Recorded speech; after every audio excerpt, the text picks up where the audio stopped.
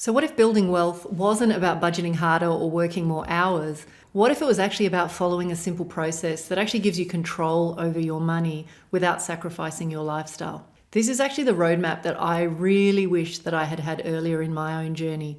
So in this episode, I actually want to walk you through the system that I built over the last 20 years, not in theory, but in the trenches using my own trial and error. I certainly didn't grow up around wealth, and even when I became an accountant, I really struggled. Early in my career, I was really terrible with money. I was working long hours, and even when my salary was finally starting to grow, I actually couldn't figure out why I was still broke. And I remember the day the landlord raised my rent again. And I sat there in my share house and I was looking at my bank balance. I was embarrassed. I was frustrated. I felt like I was trying to do everything right, but I was going nowhere. And at first I blamed my income and I told myself that the system was stacked against me. But deep down, I actually knew that those were just excuses. And that moment became a turning point. And what really shocked me was seeing the people ahead of me. You know, they were smart, they were driven, they were still working 70-hour weeks and still worrying about money. And that's when it clicked for me. Knowing the rules isn't enough. Being smart isn't enough. I needed a way to apply what I knew to make decisions that actually moved me forward, not just kept me busy. And so after years of dead ends, wasting time and losing momentum, I started to notice patterns. I realized that there were a few key shifts that made all the difference. And slowly a formula began to take shape. So it wasn't complicated, but it actually gave me something to work from, a way to move forward without second guessing myself. And I started using it to help me answer 3 questions. Number 1, how do I finally break free from the constant stress of never having enough and still live a life that feels rich? Number 2, how do I take control of my income story so that I know I have the power to grow it when I need to? And number 3, how do I make a confident move into property without getting paralyzed by the fear or overwhelm of all the options? Now, I began sharing those with other people, friends, clients who were stuck just like me, and I watched as they got traction too. And while I didn't set out to name it anything, it became the foundation of everything I now teach. So let me show you how it works. So there are 3 big problems that you need to address if, say, for example, your goal is that you want to buy your first piece of real estate. The first problem that you need to solve is we need to get you out of survival. What that means is that you need to get yourself into a position where you are living on less that you earn and you are consistently setting aside savings or funds that will go towards your future self. Now, maybe you're okay at managing your money, but you never really feel like you're getting ahead. You want to feel in control, but the idea of a strict budget, maybe that feels heavy. Maybe it doesn't feel good to you. You want a system that works, but is easy to stick with. The second big problem is that maybe you feel constrained by your income. We're told that income is everything. And yes, it absolutely is the fuel to growing your future wealth, but it's not the limit. So learning how to grow it or change it or put it to work absolutely changes the game. The third big problem that we want to solve is that perhaps you're struggling to take the right action. And so the issue is there's actually an avalanche of information. There's actually too much information out there. Most people don't need more information. What they need is clarity on what their next step is and a system that actually just makes that really easy to understand. So the shifts that we want to make are, instead of being in survival, we actually want to move to a situation where we're in surplus. And instead of feeling constrained by income, we actually want to learn how to scale our income. And instead of feeling doubtful about what our next steps are, what we want to be able to act with confidence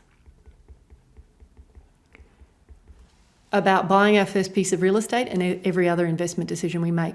So the path that I followed and that I now share is actually made up of 3 stages. And each one is going to help you move from just getting by to actually feeling steady and feeling like you're finally in control.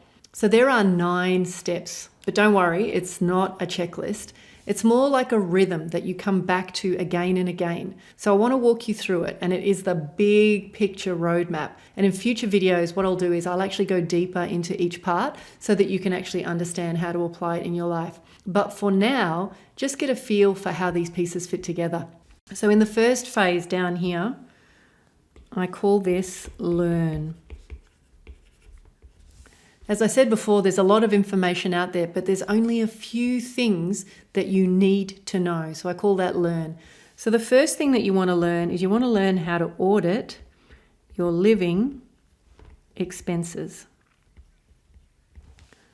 Audit just means examine or look at. So what you want to do is you want to find better ways to spend your money, not less. So when you can look back at how you've spent money in the past, you'll be able to identify blind spots, your mindset, your habits, and then you want to make sure that you set your money up in a way that actually reflects your values. The second thing that you want to be able to do is you want to master your money flow. Master money flow. And all this means is that you're able to set up really simple systems and automate where you can so that you know where your money is going. Now, I've developed my own money system that I call Guerrilla Tactics that I have used for the last 20 plus years. And I believe it is the foundation for all of the wealth that I've built. The third thing that you want to be able to do is you want to be able to outline a simple wealth plan. A wealth plan is not something that takes 50, 60 pages. You should be able to summarize it in 1 to 2 pages. It's really straightforward. It's going to set your direction. It's going to set your little goals along the way, whether it's getting to your first 10,000 or your first 50,000 or your 100,000, and it will help you stay focused. So that's a really important piece. The second kind of phase, if you like, is what I call earn. And earn simply means that you are doing things which allows you to increase the frequency with which you get paid and how hard your money works for you. So the first thing that you want to do is you want to learn how to grow your income cadence. Cadence is a word that comes from music. It's about rhythm and frequency. So we want to find ways to increase the flow of our income. So rhythm matters just as much as size. And if we can find a way to just turn the dial even 1%, that can make a huge difference. The next thing we want to do is we want to increase our earning capacity. So all I mean when I say that is you want to level up your value. So whether it's your skills, the way you position, or your mindset, you want to make it so that you are super hard to ignore and that you stand out from everybody else. The next thing you want to do is you want to unpack small balance investing. And that's just a fancy way of saying you want to start investing even when you have small amounts of money.